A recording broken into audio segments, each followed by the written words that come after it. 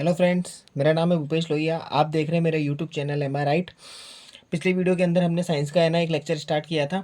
और साइंस की जो सीरीज जो हमने शुरू की है वो है एनसीईआरटी के बेस के ऊपर। एनसीईआरटी बेस का मतलब ये हो गया कि एनसीईआरटी की जो बुक्स होती है ना, उसमें से जो टॉपिक्स होते हैं ना, वही टॉपिक्स है ना आपके कंपटीशन के अंदर फाइट होते हैं, यानी सबसे ज़्यादा आते हैं। उन्हीं टॉपिक्स को है ना मैं क्लियर करने के लिए है ना ये 9th क्लास की और 10th क्लास की है ना एनसीईआरटी की जो बुक है उसके टॉपिक्स को क्लियर करवा रहा हूँ।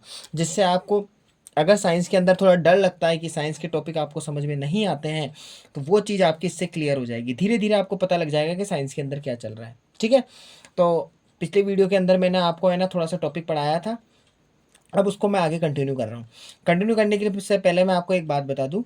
थोड़ा सा स्पीड को तेज करेंगे, थोड़ा सा तेज़ी से पढ़ेंगे। अगर आपको कोई भी टॉपिक में कोई दिक्कत होती है, किसी भी तरह से होती है, तो मेरे वीडियो को आप रिवाइज करके देख लेना कि मैंने कौन सी चीज़ को क्या पढ़ा है। ठीक है ना। और दूसरा, यहाँ पे कुछ कुछ है ना आपको है ना, ये किताब बहुत पुरानी है। तो इसके अंदर क्या अभी जो न्यू किताब है ना एनसीईआरटी की आई है ना, उसमें क्या कुछ टॉपिक को हटा दिया गया है। और ये वो किताब है जिसके अंदर क्या है कि कुछ पुराने टॉपिक्स को भी डाला गया है, जो मतलब पहले की किताब है, लेकिन इसके टॉपिक के बेसिस पे ही अब एग्जाम के अंदर क्वेश्चन पूछे जा रहे हैं। और वो ना थोड़ी सी है ना अलग कंपटीशन के लेवल पे उन टॉपिकों को डाल दिया गया। तो बात बराबर है, आप इसको पढ़ो या फिर कंपटीशन की किताब को पढ़ो, बात बराबर रहेगी। अब जैसे फॉर एग्जांपल ये पुरानी किताब है, तो थोड़े से क्या होगा, डायग्राम है ना थोड़े थोड़े से धुंधले धुंधले से दिखेंगे आपको। फिर भी मैं आपको समझा दूंगा। देखो, अपन एक एग्जांपल पढ़ रहे थे कि है ना एक बीकर था। उस बीकर के अंदर मैंने पानी डाल दिया था। पानी डालने के बाद में मैंने बोला चम्मच या शक्कर को आप घोल दो और उसको हिला के और उसको है ना एक तरह से है ना शांत अवस्था में छोड़ दो। शांत अवस्था में छोड़ने के बाद में अपन से क्वेश्चन ये करा गया था कि ये ना पानी के अंदर है ना शक्कर कहाँ गई, नमक कहाँ गई, घुली या नहीं घुली, ये अपने पास में क्वेश्चंस थे। तो लिखा हुआ है यहाँ पे, जब हम जल में नमक घोलते हैं तो नमक के कण जल के कणों के बीच में रिक्त स्थान में समावेशित हो जाते हैं। समावेशित का मतलब मिक्स हो जाना, और उसके बाद मिक्स होने की कोशिश करते हैं, होते नहीं है। और उसका मतलब हो गया अपने पास में दूसरा, ये बोल रहा है रिक्त स्थान। अब यह रिक्त स्थान का मतलब क्या है? रिक्त स्थान का मतलब ये है, जल के जो कण होते हैं ना, वो अपन को जल है ना पूरी तरह से मिक्सअप दिखता है। मतलब जब भी अपन को जल दिखता है ना, तो अपन को ऐसा लगता है कि आपस में मिक्सअप हो रखा है, मिला हुआ है। लेकिन हकीकत बात यह है कि जो जल के छोटे छोटे कणों को आप देखते हो ना, तो कणों का जो एक रूप होता है ना, तो एक रूप दूसरे रूप के पड़ोस में बैठा होता है। ऐसा नहीं होता है कि दोनों आपस में इतनी ज़बरदस्त तरीके से चिपके हुए हैं कि वो हिल ही नहीं पा रहे हैं, नहीं। दोनों के बीच में हल्का सा गैप होता है। ये सूक्ष्म कण होता है जिसको अपनी नंगी आंख नहीं देख सकती, मतलब अपनी आंखें नहीं देख सकती। उसको माइक्रोस्कोप से मिली, माइक्रो के बाद में नैनोस्कोप से, और उसके बाद में पिकोस्कोप से, मतलब पिकोस्कोप तो मैं क्या बोलूँ, नैनोस्कोप होता है, उससे चेक किया जाता है। ठीक है ना। नेक्स्ट है, पदार्थ के ये कण कितने छोटे होते हैं। तो देखो, अब इसका भी एक एग्जांपल है। देखो, कभी भी है ना किसी चीज़ को समझना होता है ना, तो साइंस के अंदर एक वर्ड बोला जाता है प्रूफ करना। अगर साइंस में आपने प्रूफ कर दिया कि ये चीज़ अपने पास में सटीक है, आपने आंसर दे दिया, उसका आंसर देने के बाद में उसको प्रूफ कर दिया ना, तो वो चीज़ आपकी मान ली हो जाएगी, मतलब मान ली जाएगी आपकी वो बात।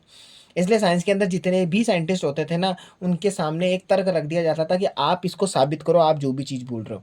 तो ये जितने बड़े बड़े साइंटिस्ट थे, न्यूटन थे, उसके बाद में एल्फ्रेड थे, और उसके बाद में थॉमस अल्वा एडिसन थे, इन सब ने अपने आप को प्रूव किया, तब जाके उसके बारे में है ना फिर अपन आज है ना एनसीईआरटी के अंदर पढ़ाया जाता है। ठीक है। तो अभी अपन बात करें पदार्थ के ये कण कितने छोटे होते हैं। तो क्रियाकलाप का मतलब एक एक्सपेरिमेंट से समझेंगे। पोटेशियम परमैंगनेट के 2 या 3 क्रिस्टल को 100 ml पानी में घोल ले। अब एक पोटेशियम परमैंगनेट होता है। पोटेशियम परमैंगनेट का मतलब हो गया एक पदार्थ है, उस पदार्थ को पोटेशियम जो हो गया ना, पोटेशियम का मतलब ये सबसे ज़्यादा है ना, मतलब क्रियात्मक तत्व है। क्रियात्मक तत्व का मतलब ये हो गया, इसको अपन खुले में नहीं छोड़ सकते। खुले में छोड़ने का मतलब कैसे बता रहा हूँ, जैसे फॉर एग्जांपल एक छोटा सा टुकड़ा लिया पोटेशियम का, उसको मैंने ऑक्सीजन के कांटेक्ट में नॉर्मली ऐसे बाहर रख दिया मैंने। जैसे ही मैं रखूंगा ना, तो वो ऑक्सीजन के कांटेक्ट में आने के बाद में है ना अंदर से है ना ज्वलनशील पदार्थ बनने की कोशिश करेगा। और पानी के कांटेक्ट में आ जाए, या फिर है ना किसी ऐसे पदार्थ के कांटेक्ट में आ जाए जो दोनों को है ना आपस में मिक्स करने के बाद में है ना एक विस्फोट का जरिया बन जाए। तो इसलिए पोटेशियम को है ना हमेशा है ना क्या करते हैं, ऐसे ये इस टाइप के पदार्थ होते हैं ना, जैसे पोटेशियम, सोडियम, इन टाइप के पदार्थों को क्या किया जाता है, केरोसिन के अंदर डुबा के रखा जाता है। केरोसिन क्या होता है, केरोसिन के अंदर डुबा के रखते हैं, तो उसमें केरोसिन के अंदर क्या होता है, रिएक्शन नहीं होती है। पानी में आप है ना जैसे ही पोटेशियम और या सोडियम वगैरह के पदार्थ को आप पानी में पटको, एकदम ब्लास्ट हो जाएगा, बम की तरह फूटेंगे। ठीक है ना। तो मैं पढ़ रहा था, पोटेशियम परमैंगनेट के 2 या 3 क्रिस्टल को 100 ml पानी के अंदर डालें। अब देखो, पोटेशियम परमैंगनेट है, पोटेशियम के साथ में परमैंगनेट को डाला गया, तो दोनों को मिक्सअप किया गया। तो मिक्सअप करने के बाद में केमिकल रिएक्शन हुई है, उसके बाद में कुछ अलग ही पदार्थ बन गया। ठीक है ना। तो अलग पदार्थ बनने के बाद में पानी के अंदर डाला गया है, ठीक है, डाल दिया, तो अब वो एक विस्फोट का रूप नहीं बन रहा, वो कुछ अलग ही चीज बन गई है। ठीक है। नेक्स्ट है, इस घोल में से लगभग 100 ml घोल निकाल कर 90 ml जल में डालें। अब पहले क्या हो गया, 100 ml का पानी था, 100 ml के पानी के अंदर मैंने क्या डाल दिया, पोटेशियम परमैंगनेट डाला, तो उसका रंग देखो कितना हो गया, गुलाबी कलर का हुआ, गाढ़ा गुलाबी कलर हुआ है। फिर जैसे मैंने इसको यहाँ से है ना, मैंने क्या किया, थोड़ा सा 90 ml का है ना, अपन ने क्या करा, 90 ml जल में मिला दिया, मतलब अपने पास में 90 ml का जो जल था ना, उसमें से 10 ml इसको उठा के इसमें डाल दिया। ऐसे फिर उसके बाद में इसका 10 ml उठा के इसमें डाल दिया। मतलब मैंने 5-6 बीकर रखे थे, एक पहले वाले बीकर के अंदर 100% पोटेशियम परमैंगनेट था, उसमें से थोड़ा सा उठाया, अगले वाले पानी के अंदर डाल दिया, फिर थोड़ा सा उठाया, अगले वाले में डाल दिया। आप चीज़ नोटिस करोगे कि धीरे धीरे इसका कलर है ना हल्का होना शुरू हो जाएगा, ऑब्वियसली होना ही है, क्योंकि यहाँ पे 10%, 100% की कोई चीज़ है, उसका 10% इसमें डालोगे तो थोड़ा सा अंश होगा, फिर इसका उठा के फिर इसमें अंश डालोगे, फिर थोड़ा सा अंश होगा, फिर उसका उठा के इसमें डालोगे तो फिर थोड़ा सा अंश होगा। यहाँ पे हल्का कलर आने का मतलब आप समझ रहे हो, हल्का कलर आने का मतलब हो गया कि इनके बीच में रिक्त स्थान की पूर्ति बढ़ती जा रही है, रिक्त स्थान कम नहीं हो रहा है, रिक्त स्थान बढ़ता जा रहा है, किनके बीच में, जलों के कण के बीच में। तो रिक्त स्थान बढ़ रहा है ना, इसलिए तो देख लो ना हल्का कलर हो रहा है धीरे धीरे, ठीक है ना। तो यहाँ पे क्या लिखा हुआ है, अनुमान लगाइए कि पदार्थ के कण कितने छोटे होते हैं।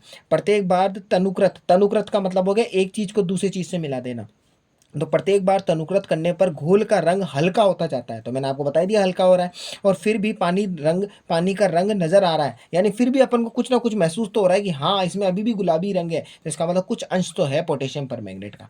और कम करोगे और हल्का होगा, और कम करोगे और हल्का होता जाएगा, एक टाइम पे ऐसी स्थिति आ जाएगी कि पानी का रंग ही आपको शो होगा, गुलाबी रंग हट ही जाएगा एक तरह से, ठीक है ना। तो उसके बाद में ये प्रयोग दर्शाता है कि पोटेशियम परमैंगनेट के बहुत थोड़े से क्रिस्टलों से पानी की बहुत अधिक मात्रा, यानी 1000 लीटर भी रंगीन हो जाती है। यानी अगर अपन आगे से आगे और बढ़ाते जाएंगे ना कुछ अंश आपको है ना गुलाबी रंग का दिख ही जाएगा।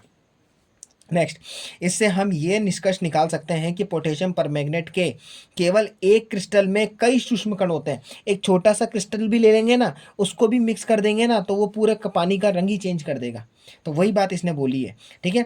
और ये कण छोटे छोटे कणों में विभाजित होता है। अब अगर एक छोटा सा कण है, उसको पानी में घोल दोगे तो वो एक छोटा सा कण होगा, वो और अपने छोटे से कण में, उससे भी छोटे में, उससे भी छोटे कण में अंदर विभाजित हो जाएगा, ठीक है ना। वही अणु और परमाणु की स्थिति है जो अपन चैप्टर के अंदर पढ़ेंगे।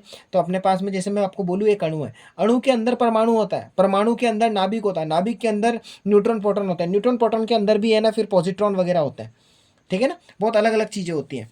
अंततः फिर उसके बाद में ये एक स्थिति में कण और छोटे भागों में विभाजित नहीं किए जाते। एक कंडीशन ऐसी आती है जहाँ पे कण की एक स्थिति ऐसी बन जाती है जहाँ पे वो उससे ज़्यादा वो नहीं टूट सकता, वो इतना सूक्ष्म कण होता है, जिसको आप है ना एक तरह से नाभिक बोल सकते हो। नाभिक की भी नीचे फिर आप पदार्थ को तोड़ सकते हो, लेकिन एक टर्म्स एंड कंडीशन के अकॉर्डिंग उसको एक नाभिक का वर्ड दे सकते हो, ठीक है। नेक्स्ट है, पोटेशियम परमैंगनेट की जगह 2 ml का 2 ml का डिटॉल से भी हम ये क्रियाकलाप कर सकते हैं। अब आपने देखा होगा, अधिकतर बार आप देखोगे कि है ना अपन नहाने से पहले है ना क्या करते हैं कि है ना नहाने के लिए, यानी एक तरह से अपन इमेजिन करते हैं कि या फिर सोचते हैं या फिर अपने को एक तरह से है ना डॉक्टर भी सलाह देते हैं कि आप क्या करा करो कि जैसे बाल्टी का पानी है ना, तो उसके अंदर पानी के अंदर है ना एक बार बाल्टी के अंदर क्या करो आप है ना डेटॉल का एक ढक्कन लो, एक ढक्कन के अंदर डिटॉल डालो और उसको है ना उधेल दो। जैसे आप है ना पानी के अंदर डिटॉल को डालोगे तो एकदम से आप देखो कि नीचे है ना पानी के अंदर जैसे ही है ना डिटॉल डलेगा ना, डलते ही आपको ऐसा लगेगा जैसे कोई गैस बन गई हो, ऐसी भयंकर सी गैस बनेगी, और जो गैस बनेगी वो नीचे इसमें मिक्सअप होने की कोशिश करेगी, और जब आप उसको हाथों से हिला दोगे ना तो मिक्स हो जाएगी डिटॉल उसमें, लेकिन अंदर ना डिटॉल के आपके इसमें पानी के अंदर डिटॉल की स्मेल रह जाएगी, ठीक है ना। या फिर आप इनडायरेक्टली ऐसे खेलो कि आपने जो नहाने का पानी है ना उसको क्लीन करना चाहते हो, तो क्लीन करने के लिए आपने डिटॉल डाल दिया, ठीक है ना, इनडायरेक्टली। तो मैंने यहाँ पे कहा कि अपने पास में पोटेशियम परमैंगनेट की जगह 2 ml का डिटॉल से भी हम ये क्रियाकलाप कर सकते हैं, और लगातार तनुकृत होने पर भी उसकी महक, मैंने आपको बोला था सुगंध यानी महक यानी उसकी स्मेल आती रहेगी, तो महक मिलती रहती है। पदार्थ के कण बहुत छोटे होते हैं, इतने छोटे कि हम कल्पना भी नहीं कर सकते, मैंने आपको बता ही दिया अपन कल्पना भी नहीं कर सकते, इतने छोटे होते हैं, ठीक है ना। पदार्थ के कणों से अभिलाक्षणी गुण, अभिलाक्षणी गुण का मतलब ये होता है कोई चीज़ है ना अपने होने का अस्तित्व बता रही है, तो होने का अस्तित्व बताने का मतलब ये हो गया कि वो चीज़ बता रही है कि मेरी वजह से क्या चीज़ हो सकती है। तो देखो, पदार्थ के कण के बीच में रिक्त स्थान होता है, रिक्त स्थान का मतलब मैंने बता दिया है, एक कण दूसरे कण के पास में जितना भी चिपका हुआ बैठा हो, लेकिन उसको अगर सूक्ष्मदर्शी मतलब अपने पास में माइक्रोस्कोप से देखना कोशिश करेंगे ना, जितना अंदर अपन देखते जाएंगे देखिए एक स्थिति ऐसी आएगी जब आपको इन दोनों के बीच में ऐसे गैप दिखेगा, आएगा ऐसी स्थिति, वो माइक्रो स्थिति की स्थिति कंडीशन में आता है। तो पदार्थ के कण के बीच में रिक्त स्थान होता है, रिक्त स्थान का मतलब हो गया गैप होना। तो क्रियाकलाप 1.2 और 1.3, जो आपने ये वाला क्रियाकलाप देखा था और एक ये वाला क्रियाकलाप देखा, तो नमक, शक्कर, डिटॉल, पोटेशियम परमैंगनेट के कण समान रूप से पानी में वितरित हो गए हैं। और इसी प्रकार जब हम चाय, कॉफ़ी या नींबू पानी बनाते हैं तो एक पदार्थ के कण दूसरे पदार्थ के कणों को रिक्त स्थानों में समावेशित हो जाते हैं। रिक्त स्थान का मतलब हो गया, जैसे अपने पास में मैंने आपको बोला कि दूध है, दूध के अंदर आप पानी डाल दो तो दूध के जो कण होंगे ना वो पानी के कण के साथ में मिक्स होने की कोशिश करेंगे, लेकिन रिक्त स्थानों को पूर्ति करने की कोशिश करेंगे, लेकिन पूर्ति नहीं कर पाते। क्यों नहीं कर पाते? क्योंकि कण, एक कण जो होता है ना, वो एक कण जो होगा दूसरा कण है ना, इसके अंदर आपस में मिलने की तो कोशिश करेंगे, लेकिन ये अपना अस्तित्व और ये अपना अस्तित्व बनाने की कोशिश करेंगे। हाँ, मैं ये नहीं कह रहा हूँ आपको कि जब एक कण को दूसरे कण से मिलाया जाता है तो एक रूप को दूसरे रूप के अंदर मिलाया जाता है कि तीसरी कंडीशन नहीं बन सकती। नहीं नहीं, ऐसा नहीं है। हाँ, ये जरूर है कि एक कण दूसरे कण के पड़ोस में बैठ जाता है तो बैठने के बाद में है ना एक नई कंडीशन बाहर आ सकती है। ठीक है ना, ये चीज़ आपको ध्यान रखनी है। लेकिन आपने चीज़ नोटिस करी होगी, दूध होता है, दूध के अंदर अपन पानी मिलाते हैं तो पानी मिलाने के बाद में है ना दूध की कंडीशन कुछ ऐसी होती है, आप है ना जितना दूध होता है ना उसके है ना दुगना भी पानी डाल देते हो ना तो दूध अपना है ना कलर नहीं छोड़ता। कलर नहीं छोड़ने का मतलब हल्का हो जाता है, लेकिन दूध का कलर वाइट है तो वाइट की कंडीशन में ही रहता है। हाँ, ये ज़रूर है। अब आप पानी को ज़्यादा से ज़्यादा मिलाते जाओगे, जितना ज़्यादा आप मिलाते जाओगे ना तो दूध अपना कलर छोड़ना शुरू करेगा। क्यों? क्योंकि पानी की मात्रा ज़्यादा हो गई है, दूध की मात्रा कम हो गई है। ठीक है ना, इस तरीके से।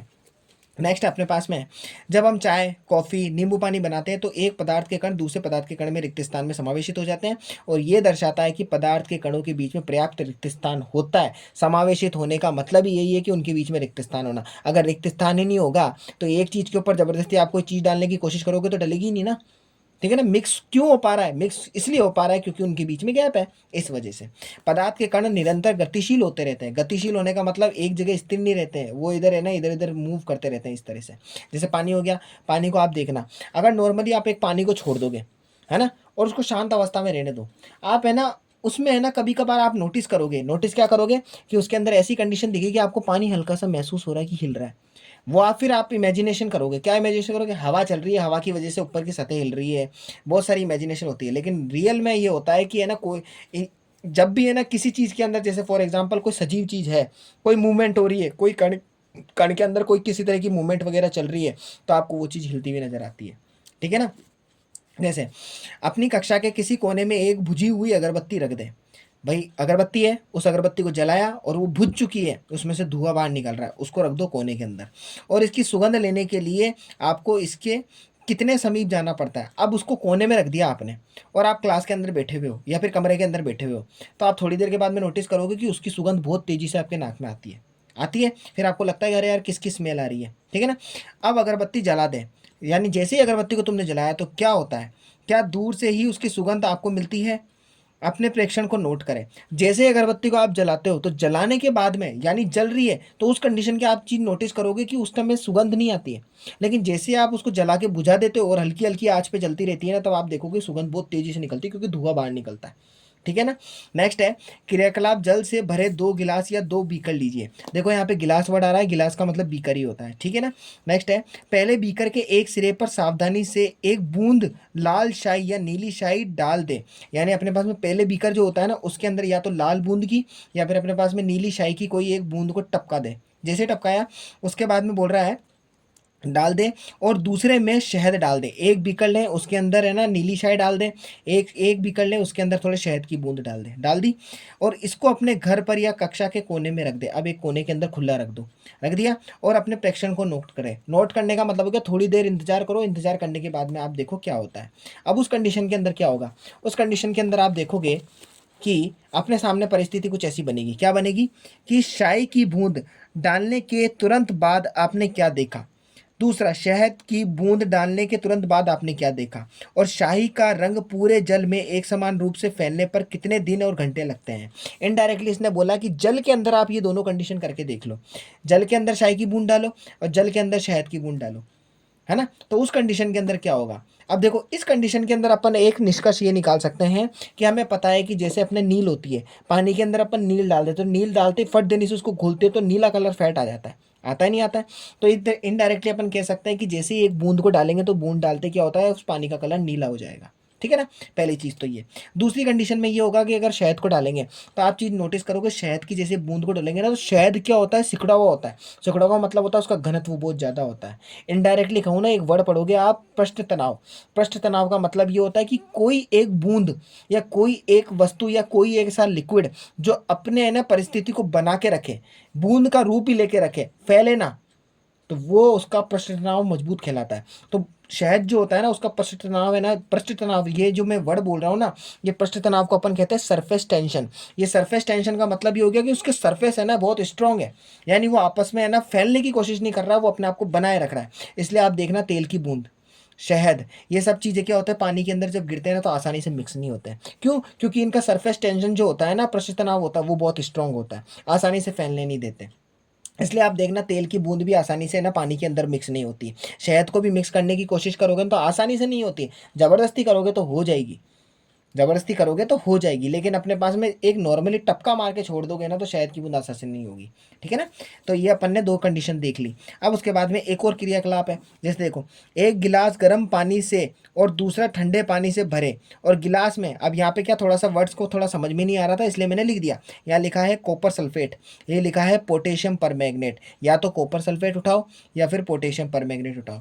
अब यहाँ पे एक बात ध्यान रखना, अपने पास में जो ये साइंस के वर्ड आ रहे हैं ना उनको अपन को केमिकल रूप में भी लिखना आना चाहिए। तो यहाँ पे वर्ड आ रहा है कॉपर, कॉपर को लिखा जाता है Cu, ठीक है, और वहीं पे सल्फेट आ रहा है, सल्फेट को लिखा जाता है SO4। तो यानी इनडायरेक्टली कॉपर सल्फेट का है ना जो एक रासायनिक है ना समीकरण होगा वो ऐसे बनेगा CuSO4। ऐसे पोटेशियम परमैंगनेट है, पोटेशियम को लिखा जाता है K, ठीक है, और उसके बाद में पर मैग्नेट, पर मैग्नेट वर्ड आ रहा है तो मैग्नेट वर्ड होता है MnO4। तो यानी पोटेशियम MnO4 यानी KMnO4। तो पोटेशियम पर मैग्नेट को KMnO4 बोलते हैं और कॉपर सल्फेट को CuSO4 बोलते हैं। ठीक है, नेक्स्ट आगे चलते हैं। क्रिस्टल को सतह पर बैठने दे। अब यहाँ पे है ना क्रिस्टल का मतलब क्या हो गया, कण, टुकड़ा, छोटा सा पीस, इसको क्रिस्टल का नाम दिया गया है साइंस में। ठीक है, नेक्स्ट है गिलास में ठोस क्रिस्टल के ठीक ऊपर क्या दिखाई देता है।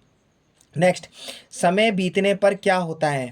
नेक्स्ट, इसमें ठोस और द्रव के कणों के बारे में क्या पता चलता है, और क्या तापमान के साथ मिश्रित होने की दर बदलती है क्या। अगर टेम्परेचर चेंज हो रहा है तो टेम्परेचर बदलने के साथ में कोई परिवर्तन आ रहा है या नहीं आ रहा है, ये कंडीशन के बारे में पूछा गया है। ठीक है ना, अब उपरोक्त तीन क्रियाकलाप जो भी करें हैं, ये तीन क्रियाकलाप क्या है, 1.3, 1.4, 1.5 से हम ये निष्कर्ष निकाल सकते हैं। निष्कर्ष क्या निकालेंगे, एक मिनट में थोड़ा सा इसको वीडियो को बड़ा कर दूं, ठीक है, अब आपको दिखेगा। तो अब आप यहाँ पे देखें, पदार्थ के कण निरंतर गतिशील होते हैं। गतिशील होने का मतलब है इधर इधर मूवमेंट कर रहे हैं, एक जगह पे टिक नहीं रहे। ठीक है ना, उसके बाद अर्थात उनमें गतिज ऊर्जा होती है। सीधी सी बात है, ऊर्जा दो तरह की होती है। अगर मैं एनर्जी के हिसाब से बात करूँ, रनिंग के हिसाब से और स्टॉप के हिसाब से, तो एक होती है गतिज ऊर्जा, एक होती है स्थितिज ऊर्जा। स्थितिज ऊर्जा को इंग्लिश में बोलते हैं पोटेंशियल एनर्जी, गतिज ऊर्जा को बोलते हैं इंग्लिश में बोलते हैं काइनेटिक एनर्जी। जैसे एग्जाम्पल देता हूँ, नाली के अंदर पानी बह रहा है तो वो कहलाएगी गतिज ऊर्जा। ठीक है ना, वहीं पे मैं आपको बोलूँ कि अगर है ना एक तीर कमान है, तीर कमान के अंदर आपने तीर को कमान पे लगा दिया है और वो छूटने की कंडीशन में है, तो उस कंडीशन में वो कहलाएगा स्थितिज ऊर्जा। ठीक है ना, स्प्रिंग हो गया, स्प्रिंग को आप दबा दो, जैसे ही आप स्प्रिंग को दबा दोगे, दबा के रख रहे हो बस। अब मैंने ये नहीं बोला छोड़ दो, मैंने बोला सिर्फ स्प्रिंग को दबा के रखो। तो जिस कंडीशन में जैसे ही स्प्रिंग है ना वो ऊपर जंप करने की कंडीशन पर ले रही है, इसका मतलब उसके अंदर अभी स्थितिज ऊर्जा इकट्ठी हो चुकी है। जैसे आप स्प्रिंग से हाथ हटाओगे तो स्प्रिंग जंप मारेगी बहुत तेजी से। ठीक है ना, नेक्स्ट, अब उसके बाद में पदार्थ के कण निरंतर गतिशील होते हैं, अर्थात उनमें गतिज ऊर्जा होती है। तो तापमान बढ़ने से कणों की गति भी बहुत तेजी से हो जाती है। सीधी सी बात है, मैं एक एग्जांपल देता हूँ।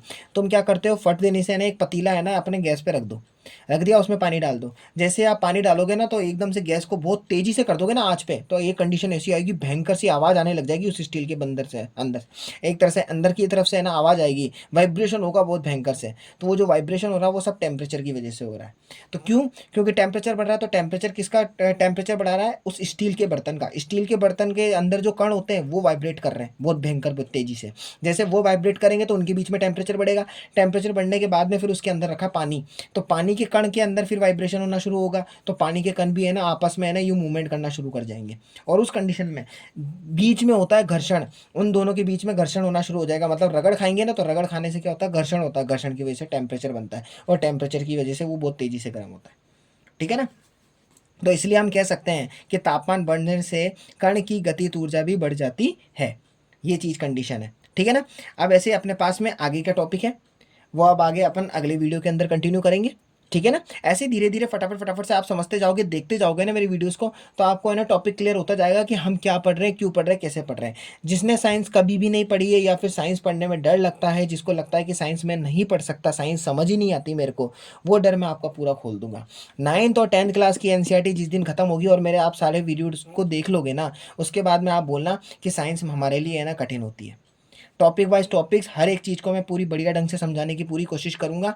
और मैं चाहूँगा कि बस है ना मैथ्स में, साइंस में, इनमें आपका डर खुल जाए, ठीक है। तो अगर आपको मेरा वीडियो पसंद आ रहा है तो प्लीज़ लाइक, शेयर और सब्सक्राइब कीजिए, ठीक है। मैं जितना हो सकेगा, जितनी अच्छी से अच्छी कोशिश होगी मेरी, उतनी ज़्यादा से मैं ज़्यादा है ना कोशिश करूँगा कि अपना कंटेंट को है ना जितना ज़्यादा हो सके आगे बढ़ा के है ना अच्छे से अच्छा समझाने की पूरी कोशिश करूँ। हाँ, अगर मेरे से कोई चीज़ है ना पढ़ाते टाइम पे कोई गलत मतलब गलती से कोई चीज़ मैं गलत कर देता हूँ या कोई चीज़ को गलत पढ़ा देता हूँ, तो प्लीज़ आप उसको माफ़ कर दीजिएगा या इग्नोर कर दीजिएगा। मैं कोशिश करूँगा कि बस उस चीज़ को अच्छा करने की कोशिश करूँ आगे से आगे, ठीक है। तो अब मैं मिलूंगा आपको नेक्स्ट वीडियो के अंदर, तब तक के लिए बाय।